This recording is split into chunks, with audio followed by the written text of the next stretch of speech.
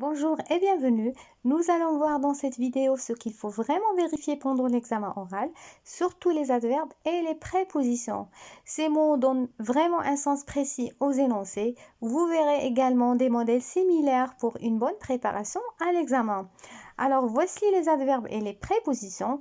Il y a dans, sans, avec, ne plus, souvent avec ses synonymes et sauf. Donc ces mots sont essentiels pour l'apprentissage de l'énoncé et ne pas bien les comprendre peut vous faire perdre facilement la note.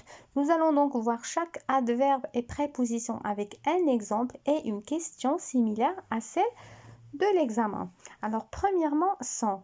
Sans, c'est une préposition qui veut dire que quelque chose est absente. Ma maison est grande avec un salon moderne où j'invite des amis très souvent. Mais elle est sans jardin. Alors ma maison est sans jardin. Où Léo donc invite ses amis au jardin ou au salon. Donc ça va être au salon parce que ma maison est sans jardin. Donc, il faut faire attention à l'utilisation de l'adverbe ou la préposition. Donc, c'est une préposition quand elle est utilisée avec une expression de temps, comme Léo arrive dans 2 heures. Cela veut dire que l'action est limitée dans le temps et doit se passer avant le temps indiqué. Alors, Léo arrive avant 2 heures et non pas après.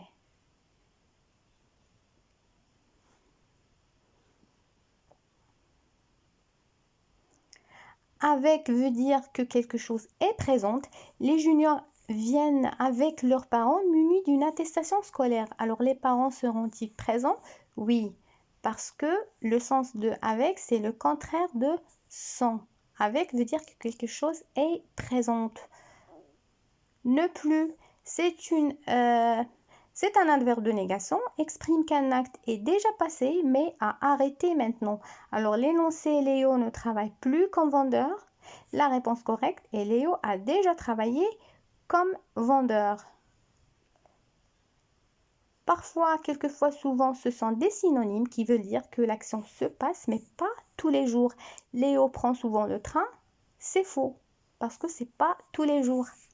Nous avons sauf, c'est une préposition qui signale que le nom qui vient après ne suit pas les autres et fait l'exception. Par exemple, tous les étudiants commencent les cours en septembre sauf les universitaires. Alors, les universitaires commencent en septembre, c'est faux.